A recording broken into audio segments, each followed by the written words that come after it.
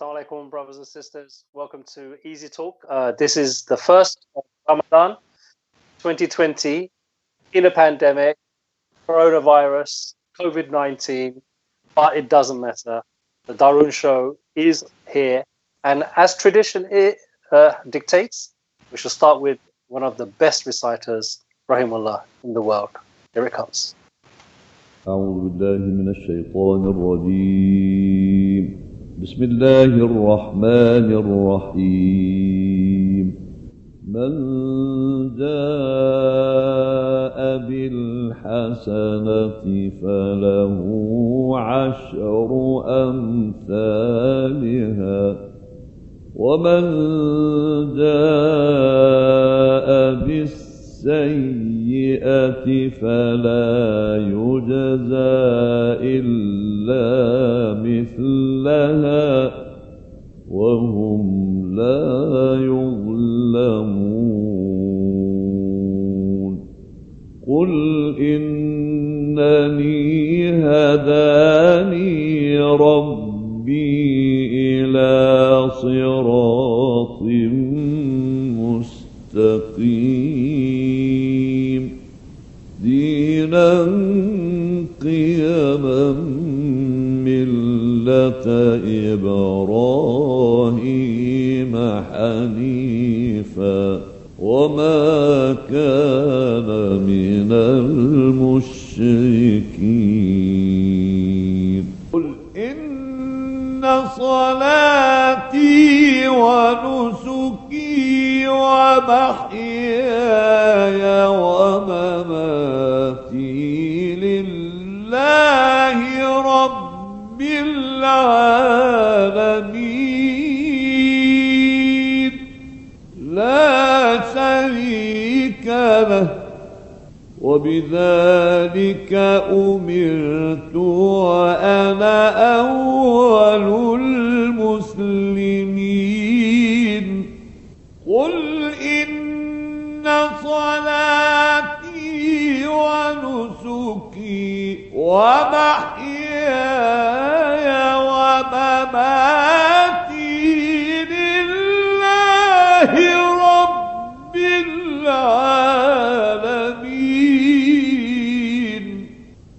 لا شريك له وبذلك أمرت وأنا أول المسلمين قل أغير الله أبغي ربا وهو رب كل شيء ولا تكسب كل نفس إلا عليها ولا تزر وازرة وزر أخرى ثم إلى ربكم مرجعكم فينبئكم بما كنتم فيه تختلفون وهو الذي جعلكم خلائف الأرض ورفع بعضكم فوق بعض درجات ورفع بعضكم فوق بعض درجات ليبلوكم فيما آتاكم إن ربك سريع العقاب وإنه لغفور رحيم صدق الله العظيم. Assalamu alaikum, brothers and sisters, Daroonis. Welcome to Easy Talk. Ramadan 2020 with myself, Captain Caveman, and my fellow Daroon presenters. Who should we go with first? Assalamu alaikum wa rahmatullahi wa barakatuh. Ya Allah, bu sefer Gunton'u diyecek now. What's the matter with you, Daroon? Migraine. Liven yourself up, yeah? Drink more water. Wake up! First Ramadan migraine, guys. Migraine. Okay, Assalamu alaikum wa rahmatullahi wa barakatuh. Yes, definitely it's the first fasting. Very different, very strange, but it has to be done that way, and hopefully we'll be talking about it. Definitely, but we also want to know how it's been for you. So for our Daroon Mac, who's our master textman, is going to suffer today. So why don't you all help him by actually writing loads of text messages so he can really mess it all up. So please do that. Please, we want to know how your first day was, if it was your first day today, because there are some people whose first day is coming up. Saturday is going to be so they're doing Taraweeh today. Saturday is their first day. But either way, if you did fast today with some of us, or tomorrow, Ramadan Mubarak to you all. We want to know, how your first day was. What did you have for iftar? And what is very different or very surreal about this Ramadan? How's it been for you, Abdul? Well, me, yeah. I mean, I had to do some errands with work and that. I was on my bike going up and down Whitechapel, so most people probably saw me there. Whitechapel and Philgate Street, that side near East London Mosque, is all like quiet. It's supposed to be Jummah Day today, but it's all empty. The mosque empty. Yeah, totally different. But like I said, I did see people inside the masjid, and guess what? During Asr time, I heard the adhan as well, and I thought, well, are they calling us back to the mosque or what? Is it going to be open? But no, it's just basically they got the routine of like giving the adhan, and but there's no one, only staff members inside the masjid are praying. So yeah, it's very different. But very good, because I think there's a bit of appreciation there, because I was just telling another friend of mine when I was at work that, look, we're quite lucky we got our first Ramadan, but there's a lot of people who haven't had the chance to enter Ramadan as well. So in that way, it's a big blessing, and we need to thank Allah for that opportunity for us to actually taste fasting and also taste the iftar that we've had with our families together. I'm hoping that everyone else had the same experience of like breaking the fast with their families. Obviously, everyone's learning to try and adjust in the situation. Praying Jamaat together as a family, praying Taraweeh together. So it'd be quite interesting to see to get the feedback from everyone as well, how they kind of coping. It's going to be different, and it's not just for us. For the whole Muslim Ummah is different as well. So it'd be good to kind of hear what people are saying in other towns and cities. Yeah, Mac, I know he's got his migraine. Is it clearing a little bit, Mac? Yeah, very much so. Yeah, you sure? Yeah, very much so. No, it's good. It's good. Look, the number to call is 0208 1234 507. Okay, that's the number to call. We want you to call in your hundreds and thousands. And we also want you, every single one of you that's watching, right? You need to share the link so more people can join. Yeah, definitely. Get sharing. Get more people joining, and definitely engaging. So just one thing we want to probably clear up right at the beginning of the show, Kalab, and maybe we can mention it at the end, is do you think 10 o'clock is a bit too early? I personally just thinking after iftar and everything else, do we have enough time, and is it a bit of a rush? Should we go to 11 o'clock? Do you think Brother Azhar, I think this time Brother Abu Kalam gets his migraine. So if we kind of like give an hour to 11 o'clock, then I think he'll pass his migraine, and I think he'll be fresh with a glass of water. He'll be ready. Inshallah. What do you think? I think 11 o'clock is a good shout, to be honest. Let's see what people think. People, can we change times? That's the question. Yes, early or no? Yes, please get onto the comment section, please, and tell us.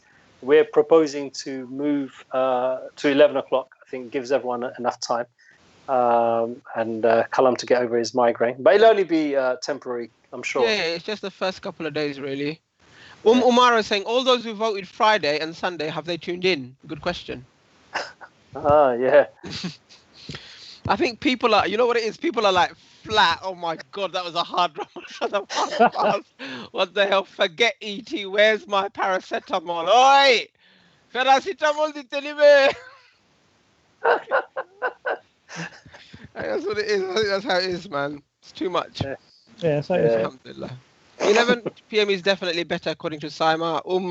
Umar is saying 11, Sultana is saying 11, Khalid is saying 11. Everybody wants it later. Everybody's feeling a little bit jet lagged. Sunday is going to be 11 o'clock. Please pass that word on. That's it. It's done. Right, so just moving on. Let's have a conversation. It is a different Ramadan. I actually saw some pictures last night. I actually live quite close to East London Mosque. I did actually walk past as well. But I saw some pictures taken around 9, was it 9, half 9, or a little bit later. And it was empty, both front and back. And the first day of Ramadan, we know, first Taraweeh, we know it gets really, really packed out. And I'm sure all of the other masajids are the same. So it kind of felt, I don't know, it felt like, is it really Ramadan or not? There was that feeling, wasn't it? Yeah, because people tend to get to the masjid early for the first Taraweeh. Oh, we have a caller. We have the caller. Let's go to the caller. Go on, Kalam, take the caller. Oh, thanks, mate. Assalamu alaikum. You got the right headset. Hello. Can I take 2 minutes of your time, please? I'm trying to sell you satellite TV, gas, and a loft conversion. Together, yeah. Hello. Assalamu alaikum. Caller. No caller. Yes, caller. 3 bags full caller. Okay, no they'll come back. Yeah, you scared them off, Kalam. You scared them off. PS 3 p.m. is good. Everybody likes 3 p.m. Whatever is good for you, brothers. We appreciate your that's so sweet. How about never? Where'd you get 3 p.m. from? No, 11 p.m. Sorry, did I say 3 p.m.? Yeah, you did. You said 3 p.m. I meant to say. One of your paracetamol is not working. You can't even take what's the other one called? Not ibuprofen, just in case you get COVID and die, innit? So it's a little bit dodgy, innit? Never mind. Listen, have you seen the latest news? No, not really. You know how? Listen. We need to ensure we respect our elders, and especially we respect the age-old stories that we hear that have been passed down from centuries. Every Bengali, and I know there's Pakistanis there as well, and Indians, knows Vicks, also known as Vicks, is the cure to all pain and illness. And now we have it from the leader of the free world, none other than Donald Trump, that you need to inject yourself with Dettol. Don't even be laughing about it, bro. Dettol was killing coronavirus before coronavirus even existed. Well, so I reckon you should forget about injecting. You should just drink something with your Dettol. Suhoor and iftar. Yeah, well, that's why I think on Facebook I saw a cup with Dettol in it and some lemon juice in there as well. I didn't understand what it was. Now he's connecting. Well, according to Donald Trump, Dettol is going to help you. Okay, well, it is strong stuff. He's probably tested and trialed it. So, do you remember the days when our parents used to bathe us in Dettol water? No. Bro, what am I saying to you? No, we used to think, we've learned a bit of English. We're living in the UK now. We know better than these backwards people coming from the village and all of their village stories and everything else. No, you're all wrong. Okay, just get back to putting a bit of 1 cup full of Dettol in your bath when you have your bath.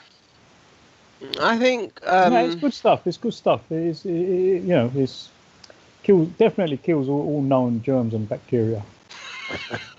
I definitely. I just saw a message from Wahida saying, "Not sure if CCM and Texman have eaten too much at iftar. They look tired and full. Uncle Abdul looks like the only person awake." Yeah, you know why Uncle Abdul is awake? He's been eating. Just before we went on, what did you have? A sponge cake. Yeah, sponge cake with custard. Yes. Mashallah. Yeah, I mean, I Sugar did, rush. I did eat too much. I think it's one of those things, isn't it? Like, the first couple of days, it takes time for you to work out how much your belly can take without killing it. Yeah, I didn't have enough water. That's what it was. Yeah, we can see that. We can see. Water's so important. No, but that's why you probably got that migraine, actually, to be honest. So it's really Yeah, I'm sure other people have suffered from the migraine. I'm sure it's not just me. There must be others who've suffered from a migraine today. And I just wanted to put out a shout out to all the pharmacists, Why? because just no reason really, just why not, innit? Listen, Kalam, every Thursday apparently at 8 o'clock, people come out and bang on their pots and clap and all of that stuff for the NHS and all that stuff. Yeah, they're still doing it, yeah.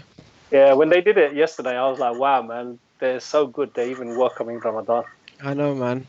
It's so cool. True. It's true. It's true, they were like, but they saw the moon before most of the other people, though, innit? You know what? I ain't not getting into the moon wars. Please, let's just not even go there. I just think we need to really mature away from this. People keep going on about now that we started it, let's actually have a conversation, brothers and sisters. What do you think we should do about the moon wars? All of this disagreement that we've been having for centuries and centuries. Like, let's at Easy Talk, let's decide for the Ummah. Yeah. After Easy Talk decides what we should do, the Ummah is not allowed to have any conversation about this. So let's think of what the options should be. Personally, I think the option should be is let people do as they are doing, unless you live under a Khalif who's going to decide for you, because it's a people at the end of the day. Okay? That's my opinion. Kalam? No, that's fair enough. I obviously, we hey wallah and all of that stuff, but at least in between, like in waiting and in anticipation for the Khalifa, why can't these Maulanas just get together? You know what I'd do? I'd do something like a Big Brother competition with these Maulanas, right? I'd put them in a house and I'd lock them in and I'd throw the key away until they could just decide on a few fundamental things. Because end of the day, it's all about fiqh, right? There's a legitimate opinion about those who started with us, and there's a legitimate opinion for those who are starting tomorrow, right? But in one country, in one space, almost on one street, there are going to be communities that are doing it on 2 different days. Don't make sense. So I just want them to sit down and say, look, no, it doesn't, because it just takes away the spirit of Ramadan. Well, excuse me, Azad Bhai, is the shaitan chained or not, man? Like, because for Iqbal, he's still doing the noughties because the shaitan's still out, innit? Whereas for us, we've become all pious and holy because like shaitan is tired and like, all we can think about is like iftar, so it's not fair, I reckon. And also Eid. It's Eid, like, in some families, the wife is celebrating Eid while the husband's fasting. That's unfair. So for that reason only, the Maulanas need to get together. Yeah. What's the reason that they like those people who do it a day afterwards? Why they do it a day? What's their argument? So it's basically a number of reasons, but it comes down to whether you follow Saudi or whether you follow local sighting. Mm-hmm. So those who follow, read some messages. Calculations or yeah. Some messages. Read some messages. Okay. All right. So reading some messages. So Mujibu saying, water is life. Hydrate yourself as much as possible. Wahid is saying, my younger brother falls in the vulnerable category during this pandemic, and my dad mops the whole house with Dettol. So that's him. Simon says, just let them be. Let's go into moon wars. Let's get into moon wars. We are more educated. Let's follow local moon. Locality moon. If you drink water throughout the evening, you will feel hydrated and energized during fasting the next day. Joel is saying Easy Talk should make the official. This is what I'm saying. See, this is common sense. This isn't a man talking out of a whole days of fasting and he don't know where he is right now because his head's spinning. Joel knows where it's at. Easy Talk should make the official announcement every year. This brother has got. There's no fight. There's no fighting after that. Yeah, I mean, somebody should. I don't think it's just about people following Saudi and not Saudi, and people following local and not local. Like, in both camps, they both can produce valid arguments.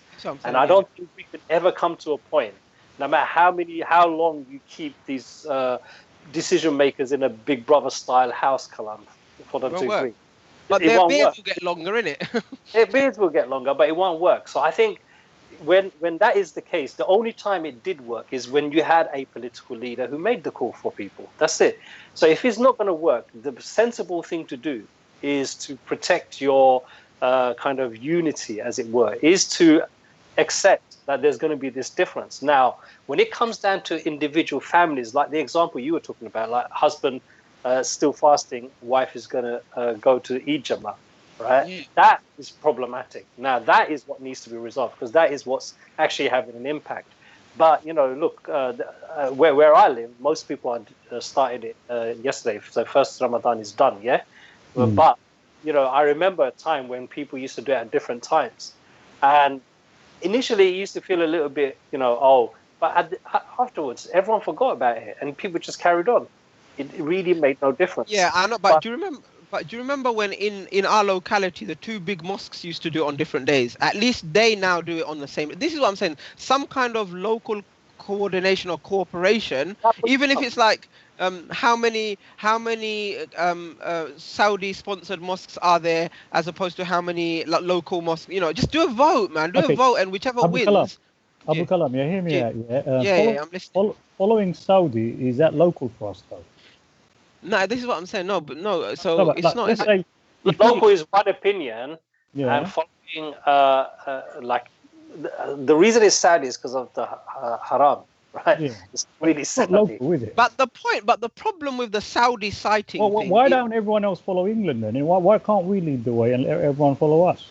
Yeah, because we've got the Greenwich Mean Time. We should. Exactly. This is what I'm saying. That's why EasyTalk shouldn't. But the problem comes here, Azad, when time we use BST, British Standard Time now. We're not on GMT. You know what the problem is? The problem is when, like, the Saudis claim to have sighted the moon, but scientifically, it's impossible. So, like last year, do you remember? Last year, they sighted the moon, and it was impossible for them to have seen it unless you lived in Hawaii or something like that. But didn't they give kafara to their people and not give it to us? I don't know if they did. So the problem is they had to see the moon. Saudis had to see because they had already reached. No, they made a mistake. I'm sure they made a mistake. 29th of Sha'aban or 30th of Sha'aban. So they had to. If they didn't, they'd have an extra day in Sha'aban, which is like a bit of a difficulty for them because you can't have 31 days.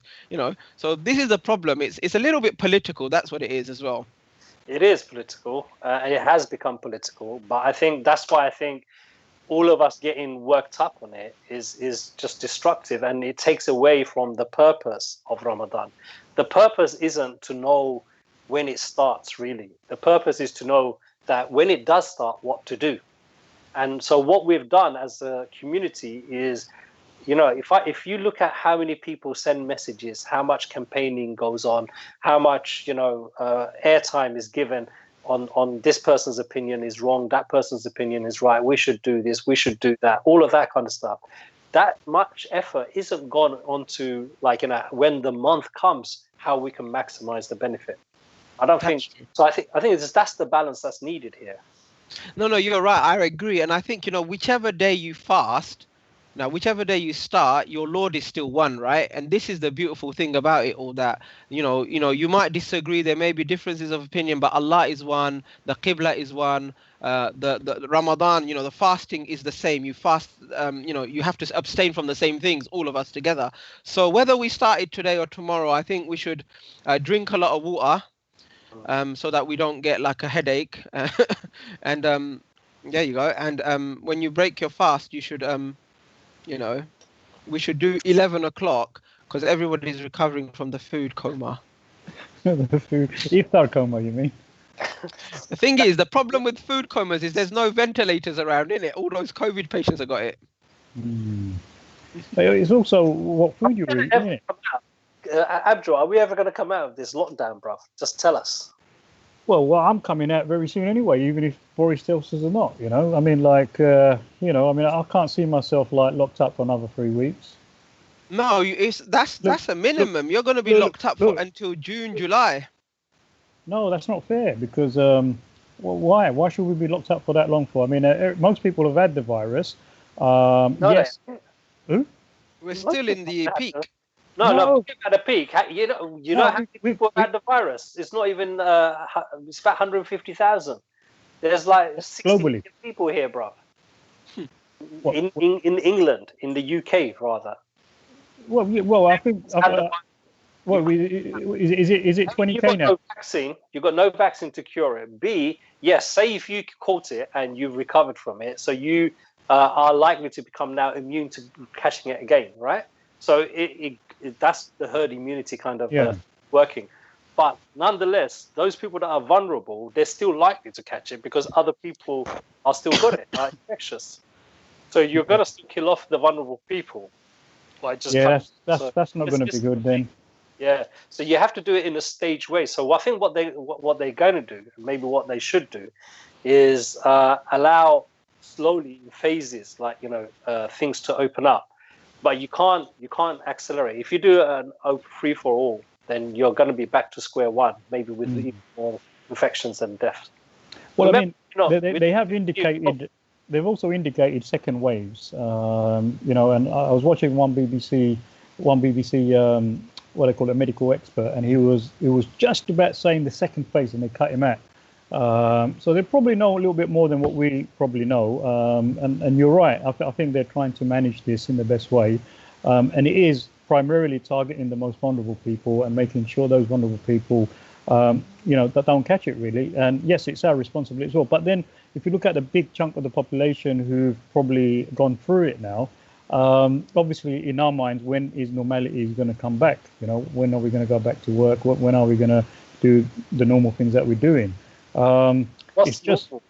Who wants to go back to the world we left? No. But in a different way. Like I like to go back into the world a little bit differently now. I want to go and face that world and tell everyone, well, how much have you learned, like being in this lockdown? Do you really have that kind of like? Really? Are you going to like? Let's actually check this. The way the things were before lockdown, we were going to do a Brexit. We were like getting more and more right wing. We were hating on immigrants. We were like, this nationalism was taking part.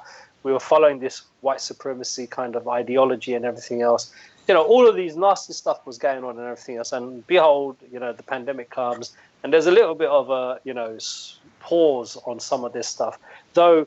People like Dominic Cummings and others, they still try to kill off as many people as possible, right? With this stupid herd immunity idea and everything else from the outset. The government still didn't bother to provide any equipment for those, the people at the front line of these. But Brother Azad, none of your mates from Britain First come out. I can't see them doing any helping and frontline services and that. Just because you can't see it, don't mean they're not doing it. Yeah, but when we don't want to see them, they're in the media and in our faces. It's the media's doing it. So let's not blame these poor bechara Tommy Robinson guys. Tommy and what's her name? That Jaden. What's her name? Yeah, no, not her. The other lady. That lady who was on The Apprentice as well. Oh, Katie. Katie Hopkins. Yeah. Apparently, Katie Hopkins is not even 100% white. What? Yeah. No, she's a slight shade of grey, isn't she? Karen Elliott is saying 19,506 UK deaths in Nalillah. That's a lot of deaths. That's a lot of deaths, yeah. And Wahida wants to move the conversation on, so she's saying slightly different topic. How are people finding homeschooling? I'm a teacher, and even I have given up hope. I've started teaching my daughter spring cleaning instead. And, this is a good time to actually break out of the box that is called the education system. The education system that we actually live through only produces people for a capitalist state. Yeah, it just creates more people with certain skills to do the capitalist work and everything else. Our kids, they're not being educated in life. They're not so they're not really learning life skills. they're learning labor skills. So, you know, that's why maths is so important. Do you get it? You know, all of this stuff. So I think what we need to do is like take this opportunity and expand the education of our children, enrich them. So like, yeah, let them learn life skills like actually cleaning, right? Looking after the house, you know, cooking, taking Watching care TV. Well, watching TV. Or listen, what about this one? Yeah, Yeah, because a lot of our boys want to get into security in it, so they need to monitor the monitors. So watching TV develops that skill, so that they're ahead of the game when they go for the applications and that. Abul, Kalam, listen, yeah. Yeah, go on. They are warriors. They are keyboard warriors on playing PlayStation. You know, amount of PlayStation the young people are playing nowadays is unbelievable. You know, we can't get good internet in Myland Road because all the youngsters are all playing Call of Duty or something like that. You know, Thursday, not Thursday. Sorry, weekend. No, Fortnite, not Fortnite. Yeah, Fortnite. Yeah. So can you imagine that? You know, and some of them are making money out of it as well. They're streaming it live, and I was watching it, and it's quite addictive watching other people playing. You know, I don't know what psychology that is yet, but you know, a lot of youngsters are doing that as well. They're stuck in the bedroom. They're stuck in the bedroom and playing PlayStation. But the thing is, like, I think it's also a failure in parenting why kids do that. They're stuck at home and they're connecting on the Wi-Fi, speaking to people from across the world, playing, you know, remotely against each other. It's because I've got a confession. Yeah, I've done it myself as well. So before you ever go at everyone, yeah, I played chess with some international people. I beat 2 people. I lost with someone from Turkey. And I lost someone from Russia as well. But Russians are quite good with chess as well anyway. Mashallah. I've seen online games like Countdown and chess and other stuff. I think, look, you know, people are always going to find ways of entertaining themselves. But I think what Wahida was asking was about, you know, educating children. So let's actually, I mean, my kids are all grown up, so I can't really get into that conversation. But maybe, Kalam, you can say, you got kids at home. How's it been? What are you doing different? And maybe, Abdul, you could also say definitely. a few. Yeah, I haven't killed them yet, so alhamdulillah, my neighbors are all right. Like, yeah, I dug 2 holes in the garden. And like my neighbor, Mr. Patel from next door is like, Mohammed, what are you doing? I said, I'm digging holes, Mr. Patel. He goes, why? Are they getting on your nerves? I said, no, I want to put up the swing. You know, you have to dig holes to put the swing legs in and cement it. So I dug the hole, and then like I was seeing if it's like 30 centimeters long. So I put my daughter in there because her knee's 30 centimeters from the floor. He thought I was going to bury her. He's like, Mohammed, don't do it. Don't do it, Mohammed. I said, no, it's for the swing I'm setting up, Mr. Patel. He understood. But no, the kids are a handful because you know what it is? They're so lazy as well. Unless you get them, you know, we try to get them to do PE, whatnot, and all that, and, you know, go out and do some activities, break their day down, you know, do some work, school work. You can watch a bit of TV, do a bit of indoor play, and then go out in the garden. But what they love and what they go towards is the TV. You know, and you know, they know how to operate the TV. Even the one who can't even speak, you know, they know how to operate the TV. You know, Netflix and it's whatnot. So that's the challenge. What I'm saying, the challenge is that our kids and our children are so digitally orientated that they're losing interpersonal skills. They're losing, you know, communication skills. When they're in front of other people, they don't know what to say. Because all they're used to is like, you know, computer language and stuff like that and typing. So I think we need to really work hard to break that. And because we're at home now with them, we can see like how their, you know, leisure time passes, and it's mainly on their computers and stuff. Well, how are people managing that? Yeah, go on, Abdul. Yeah, I was going to say, with my one, my 5-year-old. He's quite demanding, yeah. So I think luckily the whole family as a big unit, they're all giving him time. So one member of the family is like teaching him the Islamic stuff. Another member of the family is like teaching him English, and someone else is teaching him math. So what I do is I do PE with him. Yeah, I take him out for a cycle. We call it patrolling. We go around Myland Park, cycle, and then he gets tired, and I bring him back in at home like us. So yes, he gets that bit of exercise, but I totally 100% agree. He wants to get into the phone because he's so used to watching everyone on the phone. He want to watch his cartoons on the phone. He wants to get access to your phone as well. That's a big challenge as well. And he wants to spend more time watching cartoons and that. And he's got this fascination. Say cartoon again, Abdul Bhai, please.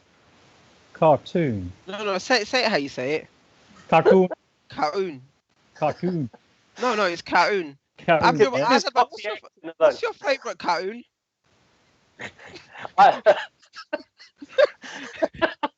I used to watch a lot of cartoon in my days. What do you watch now in terms of cartoon? Yeah, but the problem when you were watching Kalam, right? You didn't become the cartoon, did you? No, I didn't. I've got a problem where my son becomes the cartoon. He becomes Spider-Man. He becomes Captain America. Yeah, he's got his shield. He's like jumping on the sofa. Why is he becoming these guys and not SpongeBob? At least SpongeBob wished us Ramadan Mubarak, man. Yeah, and Rugrats. Do you remember Rugrats? Yeah. Okay, so let me go back. So a lot of people are like, telling us what that lady's name is. Umara is saying, I was out today, hand sanitizing people queued up outside supermarkets, and the general community people really appreciated it because some can't afford hand sanitizers. So well done. That's a good job you did there, sister. A lot of people have joined. Mamoon is telling us that he was praying before he joined the Daroon show. So Wahid is saying, excellent, new reason to watch TV. I want to be a security guard. Zubayd is saying, yeah, what's up with all of that? Kids watching other kids play. Azim is finding Thursday weekend, lol, funny because I couldn't think of the name, Fortnite, I think it was. Somebody loves chess. Some people play Ludo King online, I think. I heard the weatherman loves pee with Joe. Is that true? CCM, Wahida's asking you, Captain Caveman, let's not completely diss the education system. Yes, it has faults, but learning skills about reading, writing, etc. Nothing wrong with that. We want our kids to have a future education a good education for their future too. True. That's about it. Thundercats is somebody's favourite. Thundercats. No one mentioned He-Man. No one's mentioned He-Man. Yeah, I used to watch He-Man. I used to watch He-Man. And She-Ra. But wasn't that a chic cartoon? Dungeons and Dragons. Dungeons and Dragons. But they got that back, actually. Kalam, wasn't He-Man a chic cartoon? I was too young back then, bro. Okay. He's just master of the universe. Master of the universe. And then there's Mamra, the ever living. Mamra. That was a good cartoon. Yeah, Kalam, it's not radio. We know these people see us, bro. Anyway, you know what? Listen, we've done enough talking. And last show, I didn't play our Daroon Nasheed. So I want to play our Daroon Nasheed. So inshallah, we've got Al-Ardu lined up. It should be coming onto your screen shortly, right now. الأرض والشطآن والبحر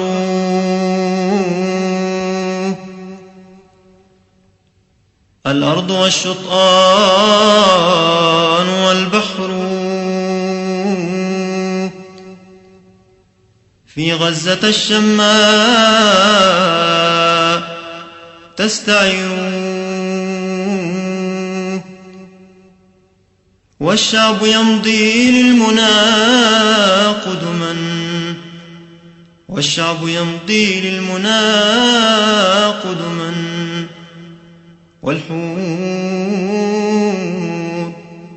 والحور في الجنات تنتظر الأرض والشطآن والبحر في غزة الشماء تستعير والشعب يمضي للمنى قدما والحور في الجنات تنتظر والحور في الجنات تنتظر الأرض والشطآن والبحر في غزة الشماء تستعير والشعب يمضي للمنى قدما والحور في الجنات تنتظر والحور والحور في الجنات تنتظر. والطفل يرسي في العلا مجدا ومجدهم يهوي ويندثر. والطفل يرسي في العلا مجدا ومجدهم يهوي ويندثر. لا تعجبوا فالطفل معجزة، لا تعجبوا أطفالنا كبروا، لا تعجبوا أطفالنا كبروا. الأرض والشطآن والبحر في غزة الشماء تستعر. والشعب يمضي للمنى قدما والحور في الجنات تنتظر. والحور في الجنات تنتظر.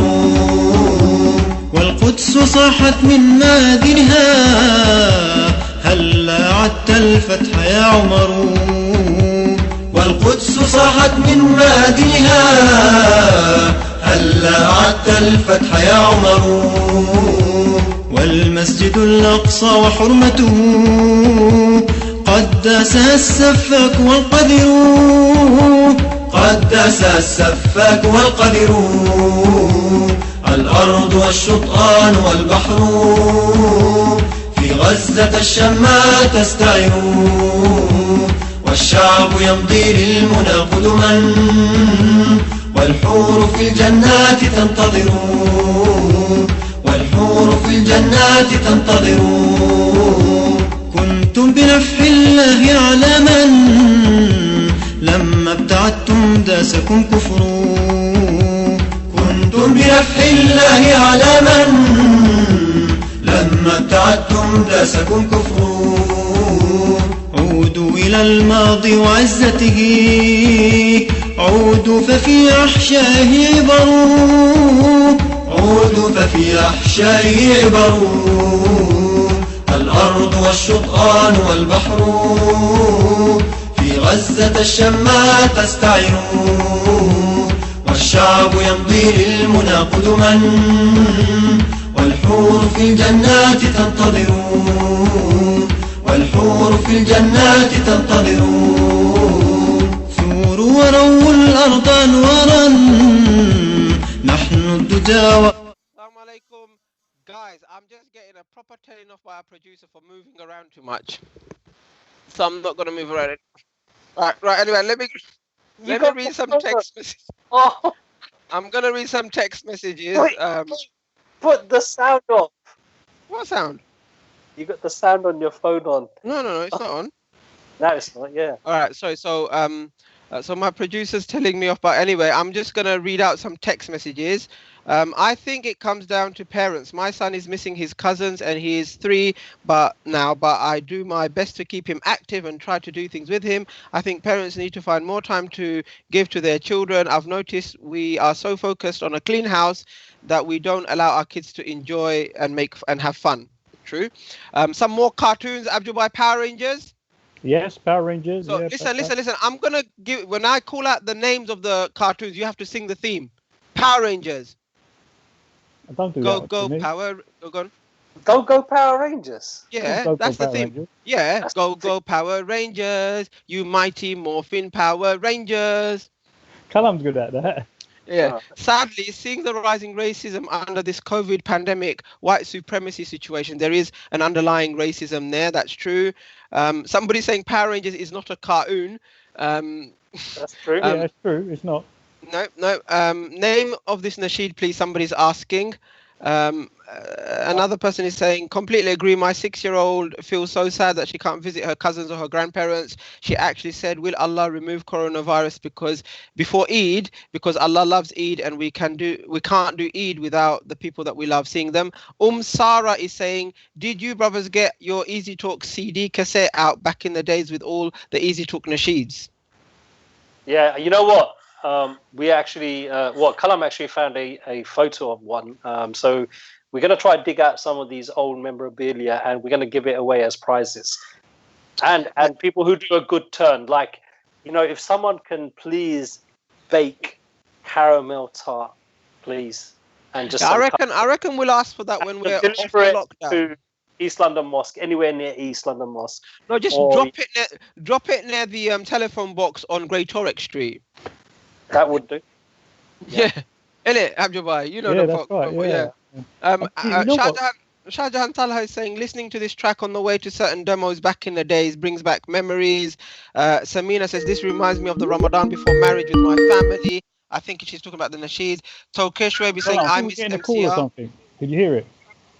Yeah. Let's go to the- Rebecca Stora is watching. Hello? Let's go to the callers. Hello. Assalamu alaikum. Hello? Hello, caller. Yeah, how are you? Assalamu alaikum. Yes, yes. So who's speaking? I'm sorry, just by surprise, opening Facebook and watching your actual watch party. Yes. And We- this one we- nasheed is really disgusting yes, to that's advertise right. that on your place. That's right.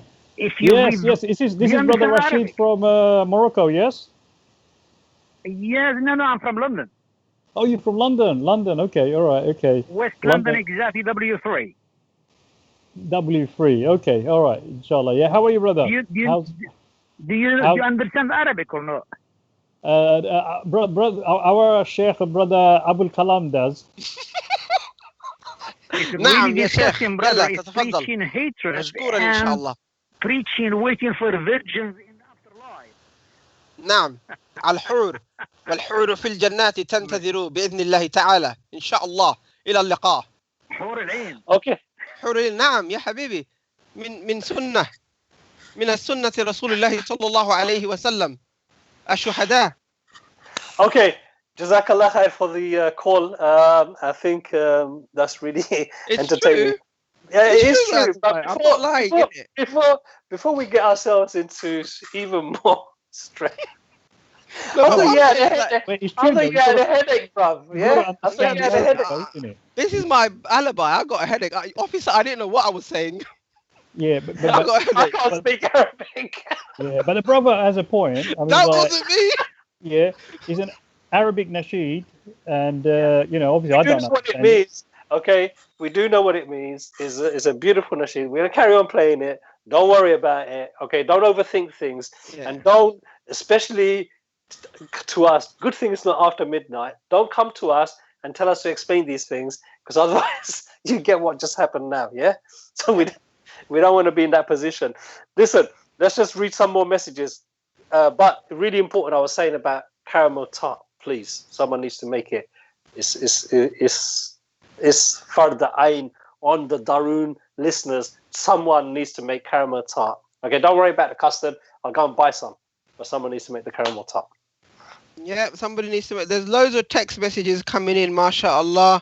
I limit my kids' time on the internet now due to the lockdown. They need it for schoolwork, so I have to put on a timer for the internet. Another person is saying Abdullah is too old to remember Power Rangers. But hang on a minute, if somebody's old, they should. Anyway, Danger Mouse. Shakir Kamali saying Danger Mouse. Danger Mouse. Danger, man. Danger Mouse. Danger What was Mouse. my chick's name? Yeah. What was his- Kalam, do you remember Super Gran as well? Oh, yes. What? Yeah. You better watch out. What about Banana Man? Because Beatles about. That's the wrong one. Banana Man. That's Banana Man. Okay, man's giving out his postcode. Yeah, Listen, Kalam sounds like listen, he's you- reading you lines need- from a nasheed. Yeah, you need to read loads of messages, man. There's so many messages there. Yeah, this is the high time.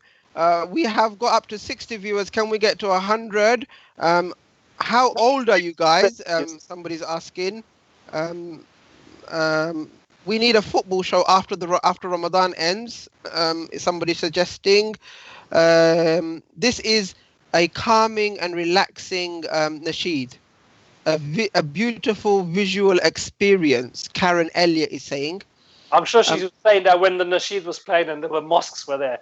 I don't think referring to what's on the screen right now. Not right now. And Abdul Alim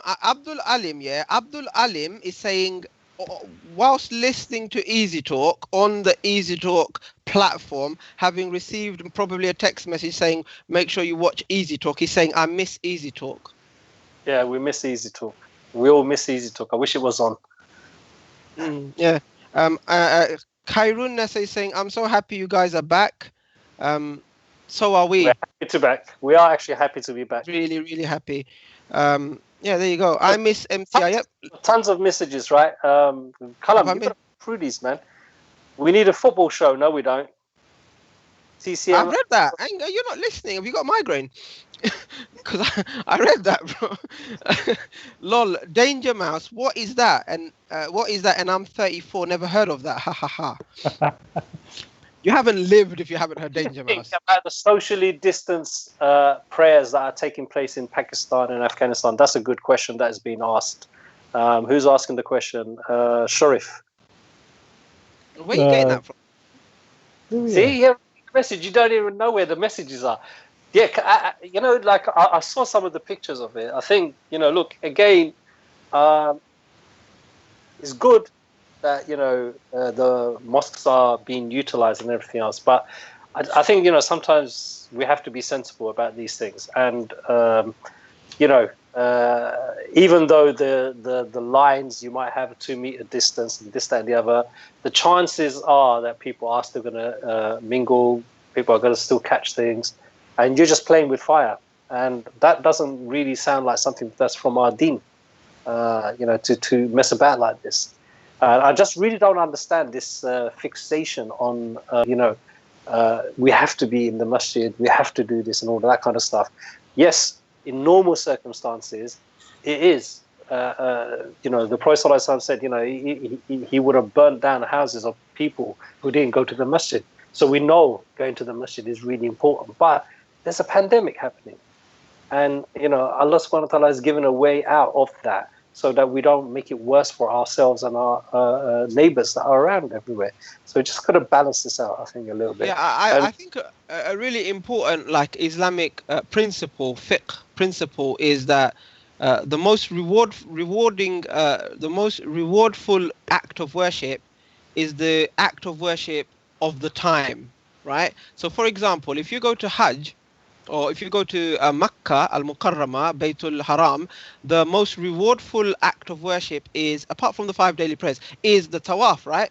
Tawaf is better than the nafil prayers and everything else, tawaf. So right now, in our time, and the priority and the most rewardful thing is to do what you can to save the lives of people and not spread this. So if by staying at home and not going to the masjids and not congregating is going to help that, fulfill that end, then we should see it as an act of worship, as an act of devotion, as a struggle, as mujahada. And inshallah, all of us who have that intention and we're staying at home, even though we want to go out, even though we want to fill up East London Mosque on Taraweeh night and meet our brothers and do the cakes in the souks we're not gonna do that. We're sacrificing that, because that's what the deen is. You sacrifice what you want to do for the greater good, the bigger objective. And I think if we have that attitude. And Kalam, that's what Allah wants you to do, because exactly. That's what the deen is. So if Allah wants you to stay and protect yourself by not spreading it and become a problem yourself to other people and become a carrier and emitter to someone else, Allah wants that, and therefore you need to make that sacrifice. And I think that all falls back down to what intention we're understanding. And just like the way you've said it, if we have that intention that, look, this is part of our deen and Allah wants us to do this, then it shouldn't be a problem. Yeah, obviously I'm bored to death. Like, it's the longest time I've ever been in a house. But there are some good things as well. I'm spending more time with the family. What I've realized is that, like, my son is learning to pray with us. Like, he's 5. He's like, obviously he can't. He's still got the agitation. He's still doing Power Rangers. Like when I'm praying, he's getting on my back and that. But because he sees me every day at home praying, which very rarely I'll be praying outside in a masjid somewhere else. I'll probably come home. He's probably asleep. Don't even get to see him. Maybe in the weekend I get to do something with him. Yeah. But now every day he's seeing that, so he's got a little routine. He now tells us what to do. Prayer mat, get the prayer mats up. But he's still a little kid, so therefore he still kind of rolls around when you're praying. Yeah. But for him to see that, for him to see adults or his dad doing that, I think that will be a good implant on him, because he will start learning, and he's looking at me, he's looking at how I'm praying, what I'm doing when I raise my finger up. So, and he's trying to copy all that kind of stuff. So how best would you be able to have done that if you didn't have that kind of quality time? So there are a lot of benefits, and I think if people share some of their benefits, I think other people can learn as well. Yeah, no, definitely. Kalam, how old are you, man? Musa is asking because they've never heard of Danger Mouse. I mean, asking me how old I am is a bit silly, because being caveman, so it's written how old I am. So don't worry about me.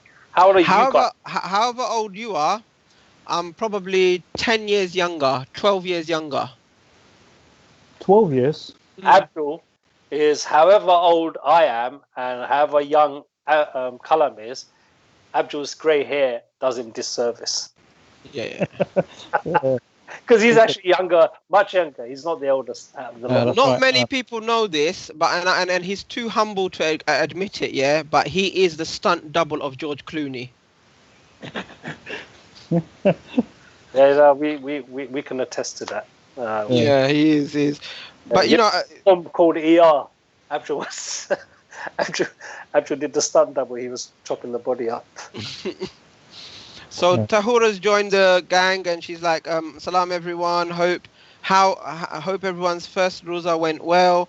Saleh Ahmed is saying, "Before this pandemic, I felt there was never enough time to spend at home. I had so much things to do outside work, but now I spend time so much at home. I love it.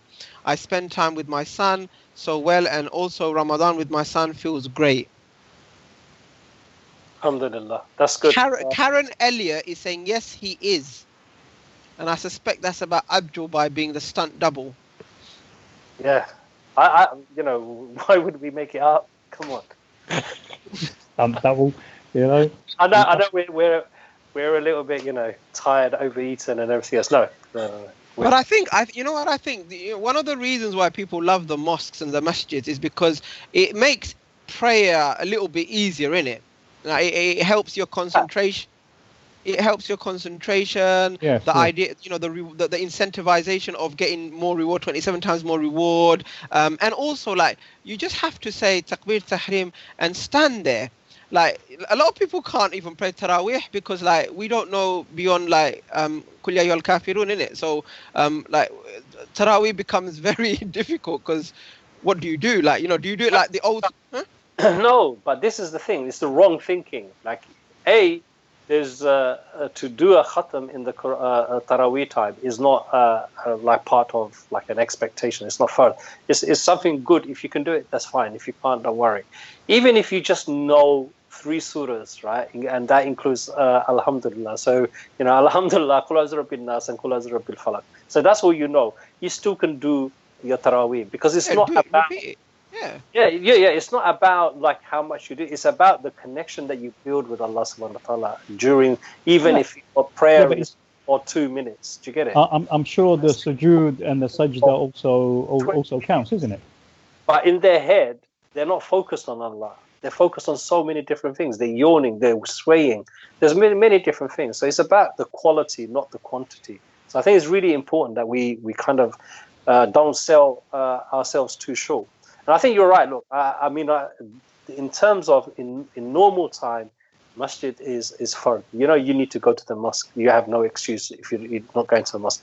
But I think it's an opportunity, like everything Abdul was saying and what you were saying. I think we just need to grab these things. And like as Muslims, and this is the true meaning of Alhamdulillah ala kulli hal. Like for a Muslim, he praises no matter what the situation is, right? If a calamity befalls him, he remembers Allah and asks for forgiveness and everything else. And if there's benefit and success that comes his way, he thanks Allah. In every situation, his focus goes to Allah subhanahu wa ta'ala, right? So why is it that, we because we act irrational, because we act like, oh my God, the world is ended and this, that, and the other, this behavior then puts off other people looking at Muslims and thinking, oh yeah, these guys they're crazy just because their mosque is closed, right? They're going mad. they're doing all these crazy things, like any means necessary. They want to get their mosques open. But if they saw actually where it actually made no difference, their connection to God, their connection, their spirituality, and everything else, it actually made no difference. They just carried on. Yeah. They just carried on. If that's the message you could have given to people, can you imagine? This world is missing so much spirituality. It's a dry, capitalist world, right? Absolutely. Yeah, but Brother Azad, I think like today I was cycling it and I was going to work through like Mile End and Whitechapel. Stopped by a cycle shop and there was a brother there. And then obviously he asked me what I'm doing and, where am I going? I said, well, I'm going to take all these PPEs and kind of like go to some, get some of our staff members to go to the frontline hospitals and kind of like deliver them and that, yeah. So he goes, oh, can I get involved? Can I do something? Can I be a volunteer? I think we're also missing that there's a lot of people. Yes, mosque is a central place and we're very used to it and we like it. It was a comfort zone and it's a comfortable place to be for that spirituality. But I think people are contributing in various different other ways. They're contributing. They're like, there are community groups who are providing food. They're taking it to pensioners. There are so many different community projects involved. So the people are doing other things as well, where they're getting that spiritual buzz. They're feeling. We got a caller. Hello, assalamu alaikum. Hello, assalamu alaikum. Hello, assalamu alaikum. Hello, is that easy talk? Yes, it is Easy Talk, but you'll have to turn the volume down on your phone or whichever device you're watching from. Can you hear me now? Yeah, we can hear you clearly, brother. Your name? Where are you calling from? How you doing? My name's Timothy James. All right, Timothy. Yeah, no, we're not too bad. We're doing okay. Yourself, Timothy? A couple of my neighbours have been telling me about this show. You all right, Tim? How you doing, mate? Timothy, just bear with me 1 minute, yeah? Mr. Abu Kalam, yeah? Can you take it easy, please, yeah, right? We've got callers, and let's take the call, yeah? Sorry, Timothy, how are you? Just tell us. My cartoon. Abu Kalam? Yeah, I've been good. I've just got a few questions to ask you, gentlemen, if that's all right. Yeah, no, that's fine. It's fine, Timothy. It's easy, and that's why we call it Easy Talk. So fire off. As long as, it's all kosher. Don't worry. So I was just wondering, because I live in Stepney, I've been here nearly 37 years of my life, and for the last week or two, most of the community have been gone crazy. So I asked my neighbour, what's up? And in a very strong South Asian accent, he goes, pandemic. I said, what does that mean? And then he started showing me pictures of a leaf and saying there's shortage of it. Hello? You guys still there? Yeah. We're actually absorbing it because Tim, you're not the only one who's experiencing that. I'm just saying, okay. Timothy James. Could you tell me a bit more about it? Of course, Timothy James. Is it Timothy James, did you say? Timothy James. Timothy James, yes. Okay, of course. TJ, you obviously been around for 37 years, and you've never actually come across Khan before. And obviously, this must have been a huge shock to you to see thousands of people queuing up and fighting and desperately trying to get these leaves. I mean, I can't really try and explain it. I was walking up Mile End Road, and I saw a lady trying to sell her daughter for some green leaves. No. And I thought, what the hell's going on here? No, Timothy James, honestly. No, but you know what? Timothy's right. There's been loads of queues. I've seen some queues on Mile End Road as well. Right, look, anyway, what I wanted to say to TJ is go to your neighbour and try something. Are we going to initial basis now? TJ, yeah? Wow. What's your name, sir?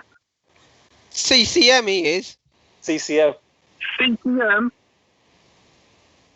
CCM, did you say? Yeah. Is there an echo? What does that stand for? Okay. When you watch the show again, it'll come up at the bottom what it stands for. But anyway, have you tried some?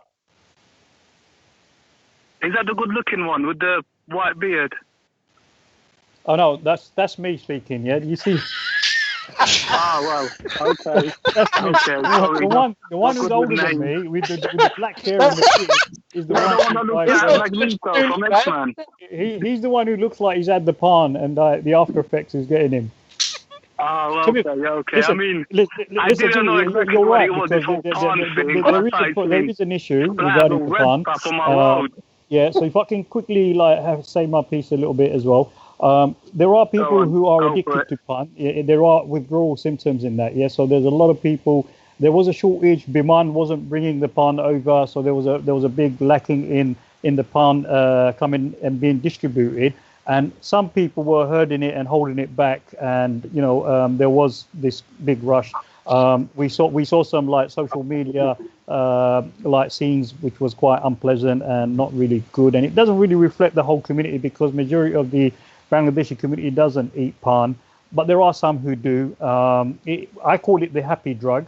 It's a very mild stimulant, and people enjoy it. But it does affect their teeth, and if they mix it with the wrong stuff, then they can get mouth cancer.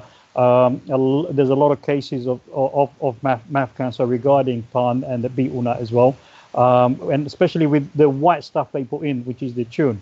Now it's kind of funny. Which is what? Anyway, Timothy, thanks for your call. Abdul, carry on. Thanks for your call, Timothy. The rest of the answers you can see yourself. So yeah, Abdul, yeah, carry on. Yeah, so I was saying, so telling us about the chun. Yeah, the chun is really bad, I mean, it is zal, the chun is zal. Yeah. Do you know what the chun is? It's it's what it is. It's lime, innit? Lime, yeah. Yeah, it's lime, yeah, and lime. then they put it on there. Some of these small shops. Lemon. It's lemon, not lime. It's not lemon. No, it's not lemon. Huh? No, it's lime. Oh, okay, sorry. Yeah. So when they put that stuff together, that gives that chemical reaction, and then they do enjoy it, but there are a lot of health-related problems to that. But just having the beetle nut and the pan on its own, it's not really a big. Chun. Without the chun, that's it, and also the jorda. The jorda and the chun. Yeah, the other. So a lot of people are interested in Timothy. Timothy has a Bengali accent. Somebody's saying. My battery's died again, so please read. Anyway, listen, Timothy is genuine. Someone who lives in Stepney for 37 years, right?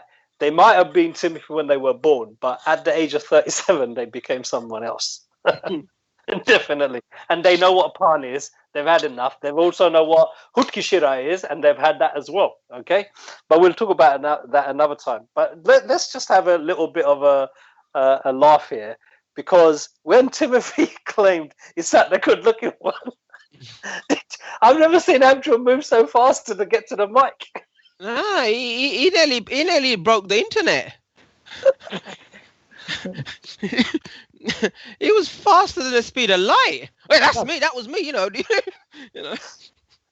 Limestone. It's limestone. Yeah, sorry. It's not lime, innit? Exactly. Thank you, people. Yeah. Thank you, Simon, for clarifying that. Yeah, it is limestone. Okay, listen, brothers and sisters. There's some people who couldn't join us today because they were, still eating. But no, really, a lot of people also felt, they're going to do their salah first as well. So from next week, we're going to actually start our program. This Sunday. Oh, sorry. Yeah, Sunday. Yeah, I forgot. Yes, so Sunday the show is going to. Are you regretting committing 2 days a week? No, I'm not. Okay. I actually started to, get into it. But obviously, I realized we are going to do just an hour today. But inshallah, 11 o'clock on Sunday, and that gives us an opportunity to go past midnight and really get into our element, inshallah. So really sorry if today's show was a little bit all over the place. Both myself and Kalam were, a little bit handicapped. I overate, nothing new there. So I'm just lying there and I can't even move.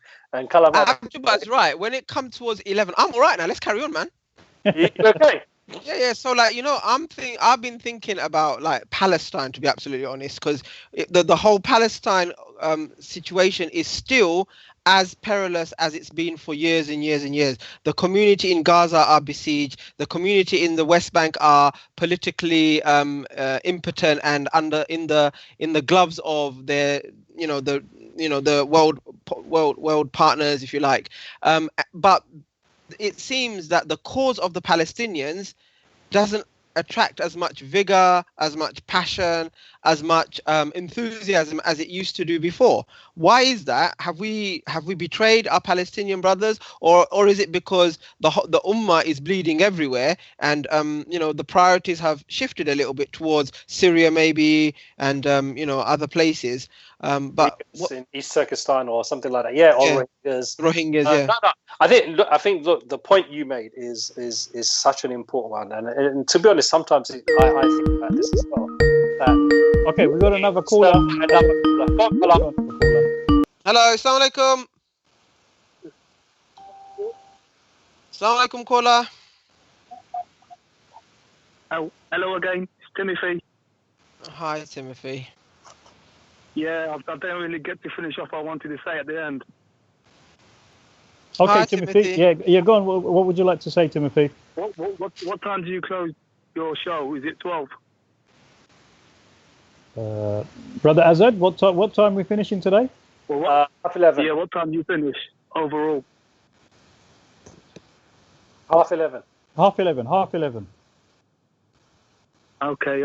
But I'm done, course. I'm not Timothy, as you can tell. I know. But why couldn't you stay Tim. Timothy? Why could he just stay Timothy? Yeah, why? Just stay Timothy. Don't worry, that was good. We like That- Timothy. You prefer Timothy, is that what it is? Timothy, because we need Timothy, because we always get these kind of characters. We always get characters. We need got Timothy has a We've few got a personas. diversity. We've got a diversity requirement here, bro. Please revert back to Timothy. No, but you know when he said Stepney, You know when he said Stepney and 37 years old, he just gave it away. You Like, gave it away, like, you should have said, even When you should have said I I'm say good for 37, Billy. I panic. I'm thinking, oh damn, where's the ask for my day of birth? I'm gonna panic. I have to do a quick math in my head. look, Brother Timothy, yeah. But as soon as you said Yeah. 27, anyone who's lived 27 years in Tower Hamlets, they will speak Pakkasilati. The Somali brothers speak Pakkasilati. All the True the that. local non-Bengali friends that we know, like at that age, who used to hang around, grew up here, they know bits and pieces of Bangla as well. So when you said 37, you just smashed it. True that. I mean, my stand-up comedy is not my strongest point, and I panicked. 37 just came out, and I thought I've got to stick to it now. And How old are stick to you, the script. Timothy? I'm going to be 30 in July. Mashallah. July 28th, for all the listeners out there. Happy birthday, bro. Yeah. Mashallah. You want my sort code now?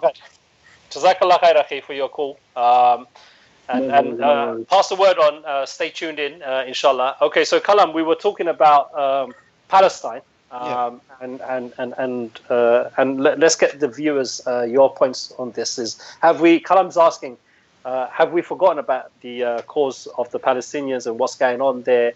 If so, why is that? Is it fatigue? Is it they're almost bleeding all over the place? And how much more can we do? What is the situation? Or Abdubai, or is it self-censorship? And the fact that we might have lost a bit of courage and confidence in speaking about injustices across the globe because of certain certain lobbies or messages. Yeah. Okay. So is it fear? Yeah. So let's hear your views, brothers and sisters. We'll read them out as soon as you make them.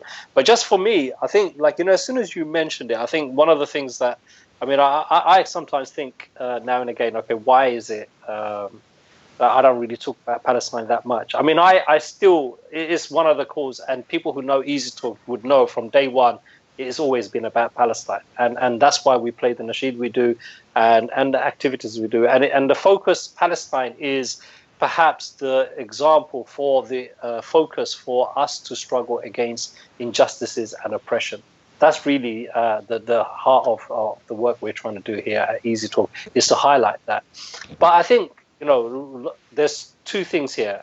On the Palestine issue, a lot of people, they feel disheartened because it just doesn't go anywhere. It's like, how many demonstrations can you go to? How many times can you write to your MP? How many times can you lobby the UN? How many, what is it that you can do? You can't really do much. You can't really change much. It doesn't change. And add kind of fuel to the fire. The Muslim countries that used to be, half-heartedly supporting the Palestinian brothers and sisters have now pretty much abandoned them. If you look at the axis of evil in the Middle East at the moment, with the United Arab Emirates, Saudi Arabia, the way they're kind of playing, in Egypt actually, the way they're playing the Palestinian cause in such a way that they've actually given the green light to the Israeli occupation to make it permanent. And they're just saying to the Palestinians, just accept it, just forget it, whatever, do with it. Once these things take place, it's very hard for the ordinary person to see, what is it that I can do? So this is, I think, one of the reasons, because I'm seeing a lot of the similar activists who used to raise the issues about Palestine are focused on, say, the Rohingya, if you like, are focused on the Uyghurs as well. So I don't think their love for challenging oppression is gone. I think just this issue itself is just draining them.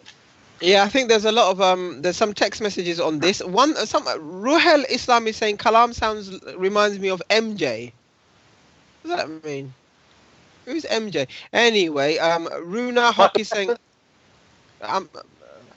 I'm so heartbroken. My trip to Palestine got cancelled due to the virus. Tahura Khan said the world's media is trying hard to divert our attention from our Palestinian brothers and sisters. I suppose it's because we have been talking and trying to make change. Maybe we have given up. There's Musa because we feel like we haven't made the difference. Ruhel is saying a lot of people have stopped supporting Palestine because of fear. Faith is saying the Arabs have all abandoned Palestine or Palestinians. And Simon is saying, I don't think the people have forgotten. It's probably a combination of fighting fire and people trying to raise awareness and various injustices around the world, but also our access to news, etc., has changed, and it's as if we've become immune to a lot of it. Okay, Kalam, quickly, just quick response. I think people haven't forgotten the people of Palestine. I think the Palestinian injustice that's been forced upon them is very, very much alive and active within almost all the activists that I know of. The question is, like what Brother Azad has said, is how do they kind of like put that in a meaningful way? Because there's so much that you can do. We've exhausted all the lobbying. We've exhausted all the like the demos and things that used to happen before. The problem is it feels like there's a glass ceiling. This is so much you can do because the rest of the stuff is political stuff. The rest of the stuff is a political problem, and a political problem must be solved politically. And this is where we feel that a lot of the Arab countries and Muslim countries are not they're not politically, doing what they should be doing in order to like provide that support of justice for the Palestinian people. Now, to give you one example, and you, Brother Kalam, you should know this, yeah. Coronavirus isn't just in England, in Tower Hamlet, and London. Yeah, it's also hit the refugee camps in Gaza. It's there. There's very soon. This is going to have a big problem in that area. They're in a cage already. They don't have all the supplies, medical supplies. They don't have access to water. Over 73% of their water is, they're dependent on external sources. Medical facilities are really, really poor over there. They need all that stuff. And on top of that, they've got the coronavirus in them now, COVID-19. So when we're looking at what can we do, I think basically a lot of people feeling, well, we can't do anything politically. We can't do nothing politically, yeah? So people are, okay, fine, what can I do at bare minimum? All right, let's give them some money. Let's help them. Let's do some charity work. Let's do it in a different way.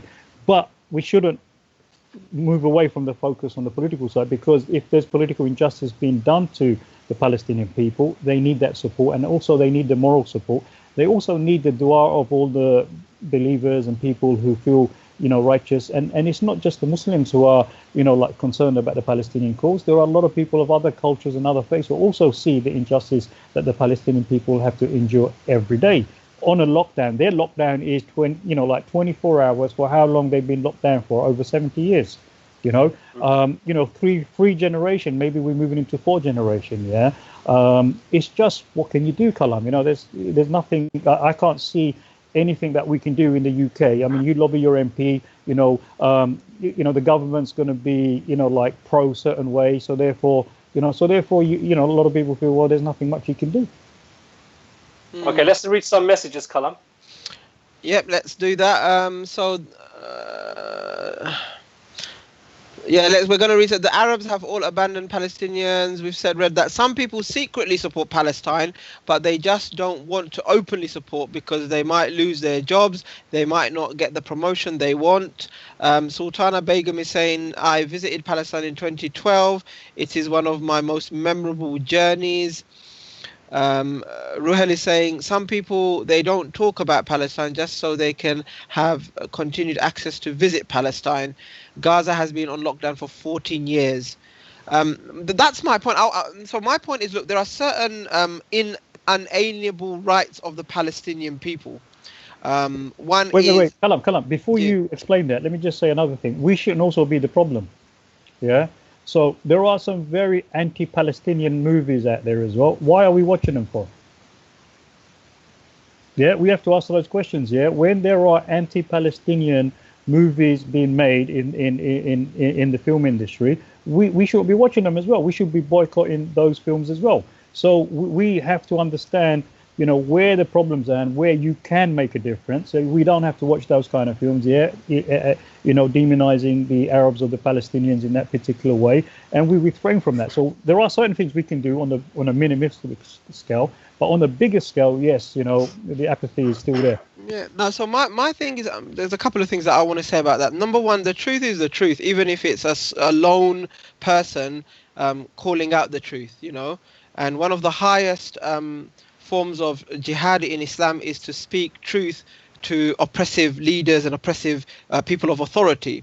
So the truth that the Palestinian people have a right to return to their homeland, that they never advocated that right in the first place, that they were removed forcibly, that their capital, according to the Palestinian people, that's the Muslims, the Christians, the Palestinian people, is Jerusalem, undisputed. So there are 3 or 4 and the borders that they see is the 1967 borders or the 1948, whatever, so they've got some facts that all factions of the Palestinian community, the diaspora as well as the Palestinians, agree on. And these truths, I think we fail to push them. And I do believe it's a lot to do with fear. But I also believe there's been a bit of a neutralization of the Palestinian struggle. A lot of people are going on tourist visits to Baitul Maqdis and Aqsa and the old Jerusalem. And I wonder whether that's actually helping the cause or hindering the cause.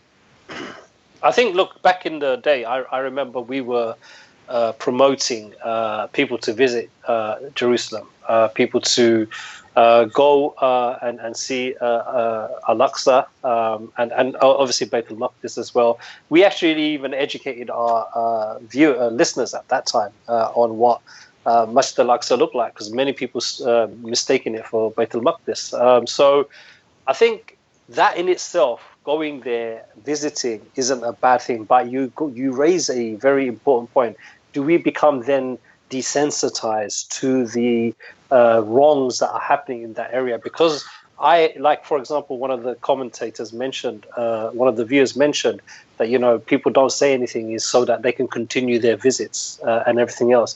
Is this what's really happening? Because that, I agree with Kalam. I think that is what is happening, because what people have done is forgotten the cause and the focus on themselves and what they can get out of the cause. And I think this is wrong. Okay, now I agree to a certain point, but let's say people express themselves and they said what the Israelis are doing is really bad. Okay, what the Likud government is doing is really bad to the Palestinian people. People raise that. But, you know, like once someone has actually expressed that, you know, there's no change, there's no action. So is it, why shouldn't someone feel that, okay, fine, I want to go to Masjid al-Aqsa, yeah, why should I jeopardize that for? Why should I be a victim of... Yeah, but then there's two different things. One is you recognize an oppression that is taking place and you call it out, okay? Yeah. But you calling it out only acts as you being a witness, which is one of the requirements of our deen, to be witnesses, yeah? So that you're fulfilling something. Now, the change of that oppression is not entirely always in your hand, okay? And that's why Allah subhanahu wa ta'ala has given you opportunities. And so the highest one is if you can change things with your hand, then you do that, right? Or you speak against it. Or the least of it is that you hate it in your heart. So it all depends on where you are as a person, what your capacity is, and what you can do in your context. Now, for me, if like say, let's just take an example of 1 million people, okay, in the UK who go to, say, occupied territories at the moment, yeah? If 1 million people said, you know what you're doing is wrong, it's oppressive, and you need to leave the Palestinian lands, and we are not going to visit and support you, and we're just going to speak the truth, that is far more powerful than like 10 or 100 people saying it, but 10,000 people visiting Al-Aqsa and taking pictures and getting the benefit, but not speaking out against it. Because what happens is you allow the oppression to get normalized, and you demoralize the people that are being oppressed. So just standing, like, one of the things a lot of people don't understand, when you get attacked, whether it's in the media, whether it's a physical attack or whatever it is, when someone comes and stands next to you, when someone offers you support, whether it's just moral or not, it actually empowers that person to withstand the attack that is taking place. So we should never underestimate the support, our moral support, what it gives to the Palestinians. You know, we push people to have pen pals. We push people to actually now, you know, Skype regular, you know, obviously with Interpower and everything else, you know, do your donations and all of that kind of stuff. It is very, very important. So, I mean, one of the viewers was asking, what should we do in our current context? The number one thing we should always do is, like Kalam said, even if we are the last people on this planet that call out the truth, let's call out the truth.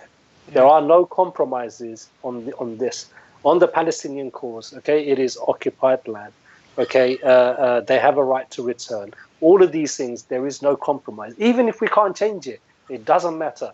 There is no compromise. The change. And the people have a right for self-determination. So look, sorry to interrupt you, Azabah. And I'm not saying be radical about it, get yourself into trouble, because look, there's ways of saying the truth which you can safeguard your jobs, which you can safeguard your future. I'm not saying be reckless. What I'm saying is the truth has to be articulated in a way that people actually hear it, because right now people are not hearing that truth anymore.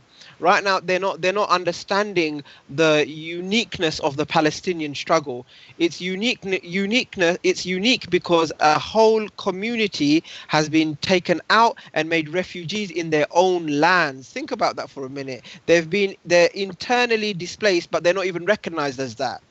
They're not even recognized as that. I think the other thing is, like, you know, what Kalam mentions there about I mean, you should be radical. I don't think Kalam meant that. What Kalam meant is be sensible and not be stupid. Yeah, exactly. Yeah. One of the things we saw with, like, for example, Jeremy Corbyn and the Labour Party totally got destroyed by the anti-Semitism nonsense, which we then find out, you know, the party itself kind of, you know, orchestrated and destroyed just to get rid of Jeremy Corbyn.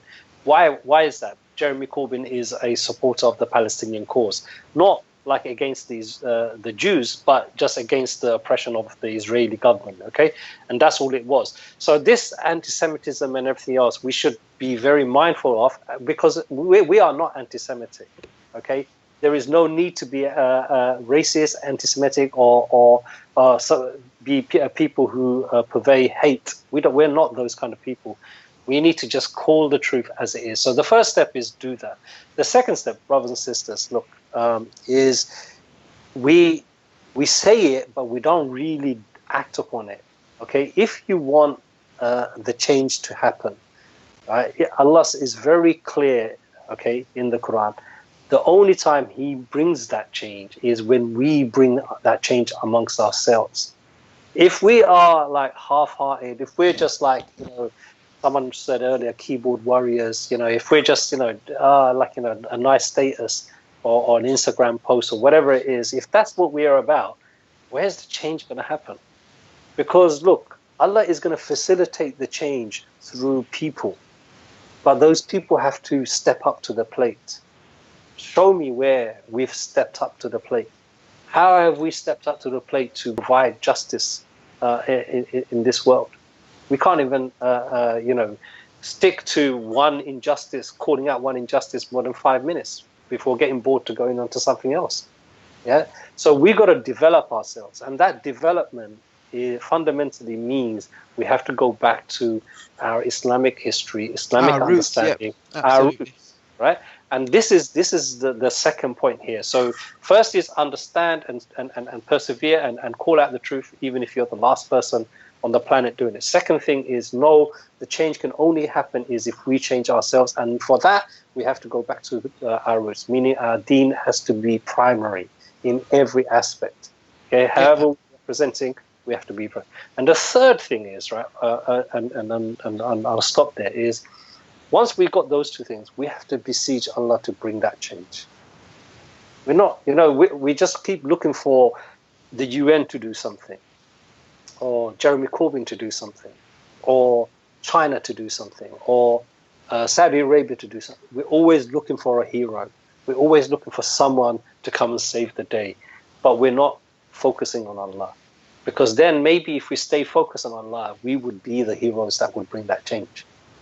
This is the thing. And I really believe that we have to approach it in that way. If we do, the real heroes, in my view, the real heroes in this world are people, ordinary people like you and me, who challenge things on a daily basis and stay consistent about it. Yeah. Talking about let me tell you who the real hero is. The real hero is that young 11-year-old Palestinian boy from Gaza who saw his dad die and his mum lose her sanity. And he was asked, there are millions of Syrian people on the border and they want to come in and they want to come into Gaza. What do you have to say about that? This young 11-year-old boy says, Ahlan wa sahlan, bring them in. And the reporter says, yes, but you don't have enough food or water, you don't have shelter. He said, my brother, these are our brothers in faith. If we have shelter, they will have shelter. If we have something to eat, they will have something to eat. We will share because we are one. Inna hadhihi ummatukum ummatan wahida. This is one ummah. These are the real heroes. So the point that Azadbai makes, I completely echo that. But on top of that, I think there's some practical things that we can definitely do. Number one, let's look at Gaza. 97% of the water in Gaza is not fit for human consumption. In fact, even animals would not drink that water. You know what it's made of? It's made of sewage. Their neighbors pump sewage into their water system when it's working, when there's electricity, and it's sewage that's pumped into it. So what we could do, there are so many charities out there that are providing clean water or, the capacity to support Gazan people with water.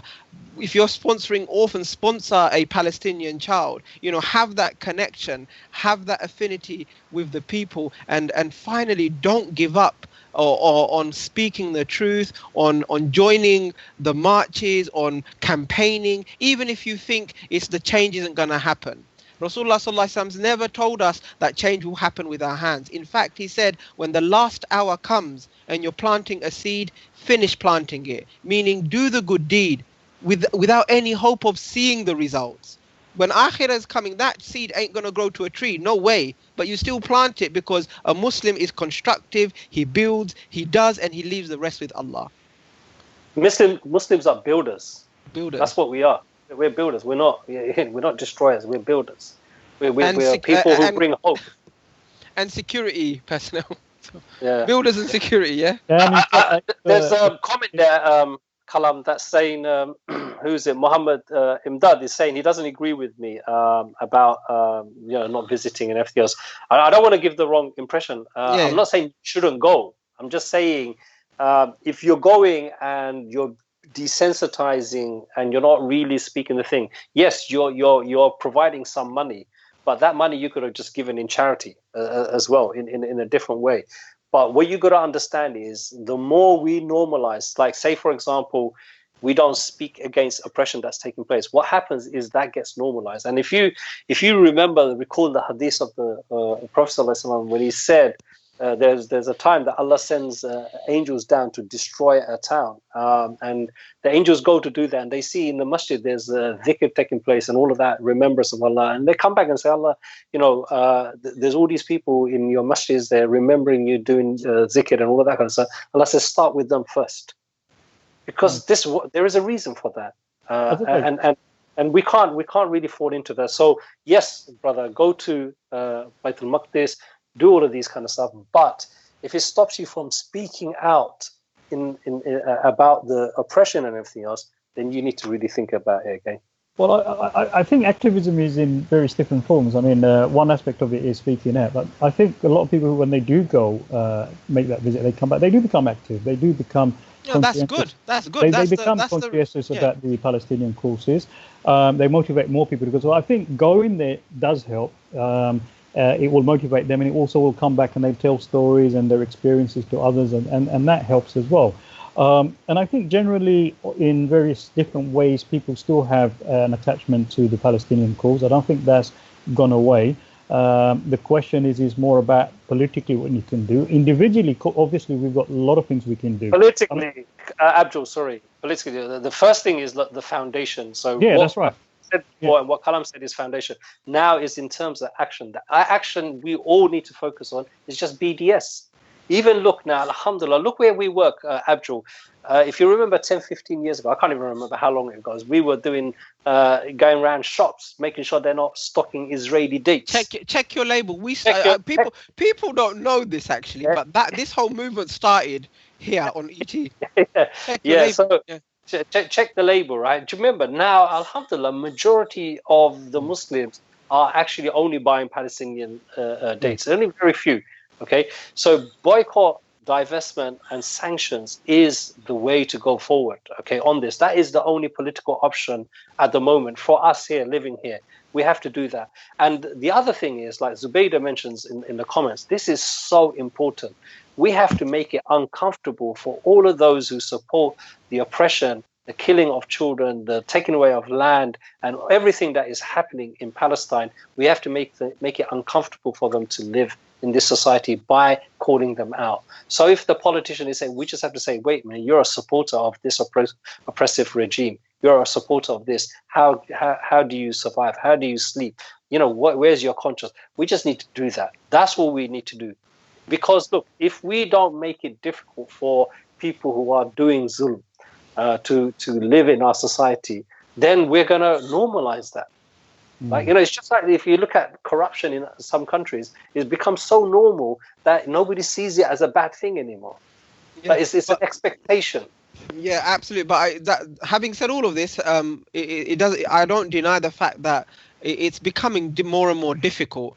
I mean, the Labour Party, which was the bastion of freedom for Palestine, has had to self-censor itself and, define what it means by anti-Semitism and how you can articulate a voice for Palestinian people in a very restrained kind of manner. And the voice on the other side, the lobby, the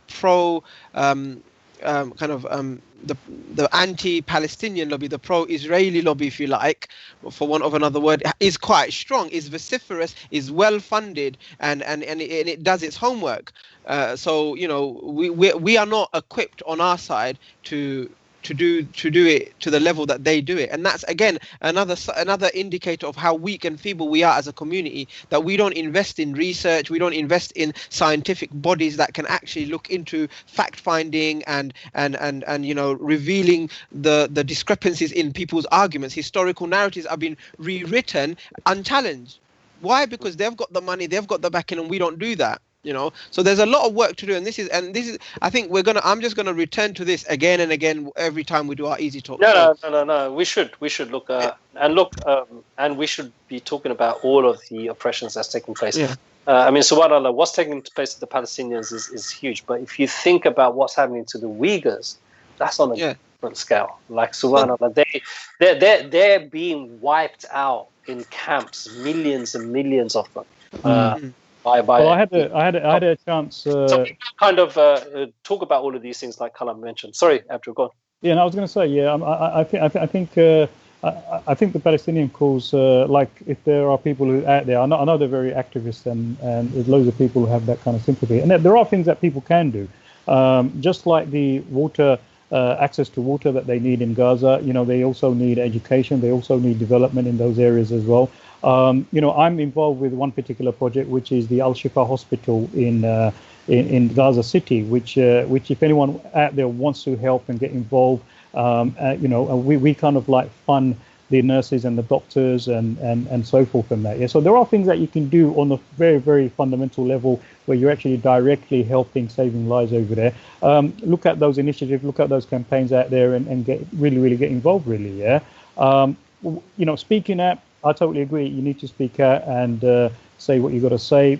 But also, I think people need to articulate it in the correct way as well. So if people are saying it in the wrong way, then that is going to cause problems. But there are ways of how to articulate that. A lot of Palestinian activists do not know how to articulate the arguments. That is a key problem. The other problem I see is that we're very insular. When it comes to the Palestinian problem, it's only just the Muslims. We're going to have to do it together. Yeah, there are people of other faiths and other backgrounds. There are Jewish people who are actually very, very staunchly against what is happening to the Palestinian people. So what we've got to do is we've got to connect. We've got to be able to work, you know, in partnership with other projects, other organizations who see the same kind. Because at the end of the day, humanity sees the injustice that's taking place. But you know, Abdul, I'm just gonna sorry, bro. I'm just gonna say this out there, but our salvation, the Palestinian cause, as far as I'm concerned, is a Muslim issue in the sense that it is not a secular issue. It's not an issue in that sense. And I think we need to build alliances. I don't disagree with that. But this reliance on certain types of politics to get us out of it is not going to work. And it's just going to cause more fitna. You know, look, at the end of the day, as a Muslim, what is the most important thing for us? What is the most important thing for us? Is there anything in this world that is more important than the akhirah? No. So if trying to support a cause, we get involved with ideologies and things that make it far worse and take the people that are being oppressed away from Allah into secularism and all of this nonsense, then I think this is problematic. So just be careful. I think, look, you know, as a community, and I'm just talking as Muslims here, as Muslims, right, we just have to make sure that we don't forget this. When we build alliances and everything else, that's fine. That's well and good. But those alliances and everything else should not take advantage of people's vulnerability. And you know, it's just like, you know, using charity a way to convert people and things like that. These things should not happen at all. So just be mindful of that. And the other thing is, it is 11:45. Do you guys want to carry on? Carry on, bruv. Talk, mate. Talk. You want to carry on? Okay. So if we're going to carry on, should we just have a short nasheed break? Inshallah. And I want to apologize because when I played that nasheed last time, I stopped it at the most important part. Okay, so I'm going to play Tabalak Attain, inshallah, and it should be on your screens very shortly. Brothers and sisters, thank you for staying tuned with us. I don't know why I'm hearing myself. Why am I getting feedback? Don't know. I don't know. Everyone looks fresh and different. Hello? Is there an echo? Ooh. So, Azabah, we're getting a number of text messages which one must read out for justice's sake. Given the current situation, what advice can brothers give us in terms of how we can continue supporting Palestine or anyone else in need? I think spoken a lot about that one. Karen Elliott is saying COVID deaths in Palestine are very low. Alhamdulillah, may Allah keep it that way. Imagine if COVID spreads in Palestine, in Gaza, for example, you know, with 2 million people crammed in that space. Inshallah, this Ramadan, we work towards a more unified brotherhood and sisterhood, inshallah. The hashtag Free Palestine. By the way, you're so far behind on the text messages, right? Karen has sent another message, which was only 6 minutes ago, right? Saying, despite Kalam's migraine, you've all been so informative and entertaining as ever. Look forward to seeing you soon. Thank you. Where you going, Karen? Where you going? Stay with us. Yeah. Don't leave. Thank you and good night. Okay. No, Jazakallah khair for everyone for listening. I think, look, listen, there are many different things going on around the world. There's so many things. It could almost feel like, you know, we want to despair at the different issues that are taking place, but we don't need to despair. We just need to calm ourselves and we need to bring focus. And this is the month of focus. And I think, look, we've been talking about a lot of the politics and everything else. I just want to bring it back because we're going to finish in a few minutes, inshallah. And just reminder to everyone, on Sunday, our show is going to start at 11, inshallah, and that word time gives everyone enough time to pray and everything else and join us. But it is the month of Ramadan, and I think I just want to highlight maybe 3 or 4 important things that we need to focus on in this month. Okay, it is Ramadan in a pandemic. We are not going to the masjids. You know, we've seen, like, you know, people saying, like, the mosques, they're not going to survive. You know, a lot of the mosques will have to close. Yes, they will, but inshallah they will also open again, because we Muslims, we're not going anywhere. Our Iman is not going anywhere. So the first thing I want to kind of focus on is, in this month, how do we strengthen our Iman? Okay, this month, how do we use this month to build our Iman? And what in the Revelation, Kalam, please come in here as well. In the Revelation, what does Allah ask us when we fast? What does He ask us to build through that fast? What is that word? It's Taqwa, isn't it? And what is Taqwa? How would you define Taqwa? What word would you use to do? Go on, tell me, give me a sentence. Kalam, how would you define Taqwa? Piety, God consciousness, awareness of Allah. Awareness of Allah, God consciousness. Okay, and now, so Taqwa can happen in different ways. Okay, this God consciousness can come about sometimes when you're in a calamity, call out to Allah to help you. Okay, so that God consciousness came about out of fear. But also, God consciousness can come out of love. And that is the highest form of taqwa.